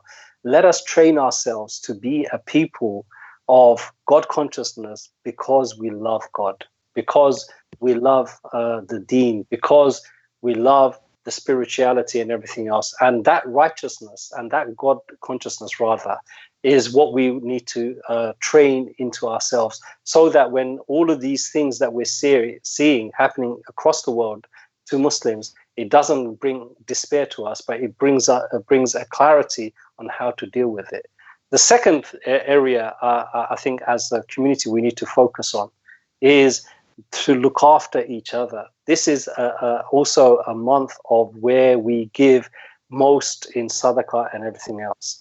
In the last 3 or 4 or 5 years, I've seen consistently the Muslim community being the largest, the biggest community in terms of giving charity. 100 million, over 100 million last year, and the following year and the years before that as well.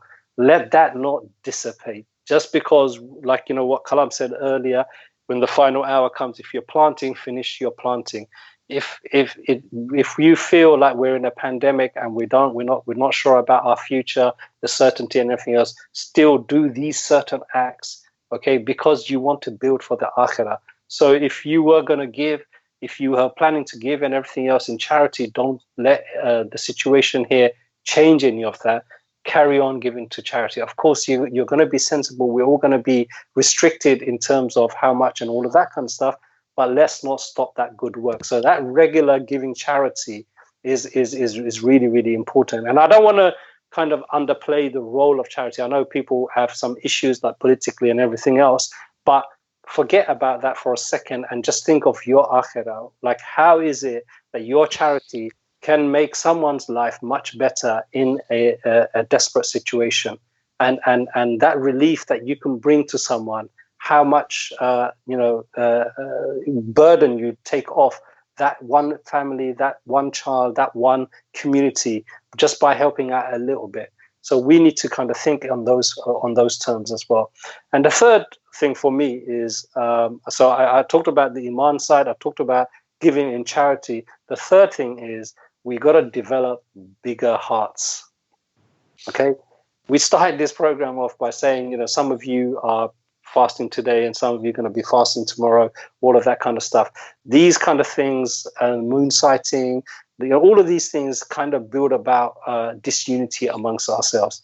And that disunity doesn't really allow us to actually achieve the highest levels of anything that we do, whether it is helping in charity work, whether it is actually helping people that are being oppressed, whatever the situation is, these kind of disunities do not help. So try to develop a bigger heart and let the differences exist. Just think of it logically. Just because Kalam started his fasting tomorrow and I started my fasting yesterday, does that mean me and Kalam can't get along? Does that mean all of a sudden me and Kalam are praying to two different gods? Does that mean all of a sudden that we're not on the same religion? No, it just means he's choosing a particular way and I'm choosing a particular way. Both are valid and there's no problem. So why do we have to discuss that and make that a sore point between us? Let's just accept that and focus on the things that we do agree on. Alhamdulillah. Very good advice. MashaAllah. Anything else you want to add? Yeah, I just want to say one point. I think it's quite important. I think during this month of Ramadan, one thing I like to do for myself, and that's my target, is to allow Allah to speak to me. And what I mean by that is this month is a month of the Quran as well. So one of the things I want to do is I want to actually read the Quran as much as I can, and especially in its meaning as well, and try and study it. So I think when you read the Quran, you're allowing Allah to speak to you, because that's Allah's book, that's Allah's kalam, yeah. And that's where our main sources come from. That's where our knowledge comes from. That's where our spiritual power comes from. If we don't, study the Quran with the meaning, then we're not going to abstract the real energy that we really need to be those activists, to be those, doing all the good things that we're doing. But I think we need to rely on that communication, and Allah's given this the book to us. We've got it. We know it's a powerful book. The question is, how many of us read it with understanding and meaning? And that's my challenge. So I'm looking at various different chapters, and I'm looking at different tafsir.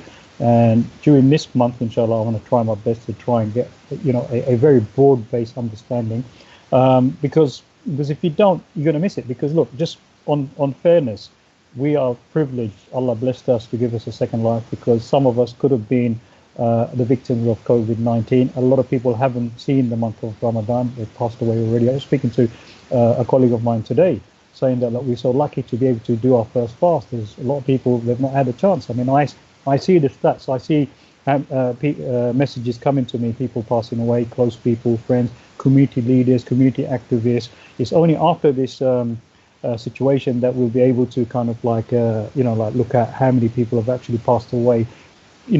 Credible people who've been contributing, who are activists, who are doing so many things, they passed away. Just because we don't know them, it's not that it hasn't happened. It's just we may not have that communication. So it is a blessing for us. So I think the key source for me is to study the Quran in the best way we can, give as much time to it, take that advantage. Jazakallah khair. So Kalam, anything else? By the way, Karen is still there. yeah, I can see now. No. I just wanted to actually add to echo what you guys have said. I think, look, Ramadan. There's a secret to Ramadan. It's actually an open secret. The secret to Ramadan is that Allah wants you to participate and observe the month of Ramadan because He wants to love you. That's really important to know. Allah actually wants to love the believers. That's why He's given you Ramadan. So in the Quran, Azad Bhai mentioned the verse, Kutiba alaykum siyamu la'allakum tattaqun, so that you may attain taqwa. right? Taqwa is piety, taqwa is God consciousness, fear of Allah, all of those things. But what is the result of taqwa? Allah subhanahu wa ta'ala says elsewhere in the Quran, Inna Allaha yuhibbul muttaqeen, that Allah loves the people of taqwa. So you see, Allah wants you to attain taqwa because He wants to love you. This is the simple thing. Allah has chosen out of everybody in this world certain people to be believers, and then and from those believers He's chosen some of us to be aware of Him and to try to draw close to Him and to try and attain taqwa. Why? Because Allah ultimately wanted to love us. Now, if that isn't an honor, and if that isn't something to inspire us to move and do acts of goodness to attain the pleasure of Allah and the love of Allah, then we may our nose be rubbed in the dust, as the Prophet sallallahu alaihi wasallam prayed for. So that's one thing. The other thing is in gaining the love of Allah, we should remember, again, it comes in the verse. If you go to Surah Baqarah and go to the verses of fasting and Ramadan, in those verses there are a couple of things. First is taqwa. Second is yuridukumullahu yusra. Allah wants for you ease. Allah wants you to do it easy. Allah wants ease for you. He wants to facilitate for you. He's not imposing harshness and strictness. And no, take your time, take it easy, do it slowly, progressively, developmentally. That's what Allah wants from you. That's the second thing. The third thing is in those verses, Allah says, وَإِذَا سَأَلَكَ عِبَادِ أَنِّي فَإِنِّي قَرِيبٌ. When you are feeling away from Allah, when you are feeling distance from Allah, how do you quickly connect to Him? By calling Him. When my servant asks of me, tell them I am near. Ujibu da'watu da'i. I respond to the caller when he calls.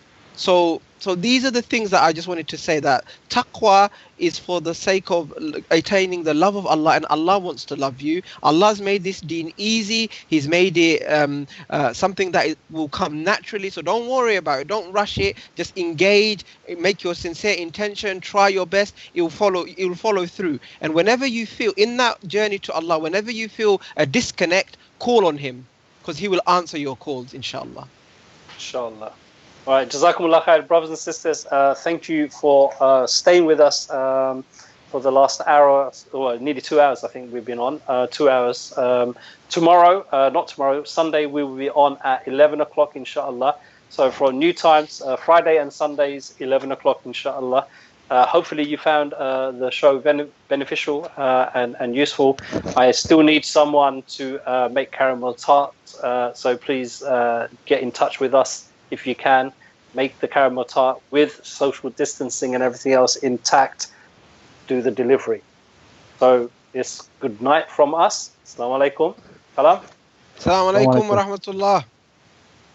Assalamu alaikum. Okay, bye everyone. Stay Daroon. Easy talk for life.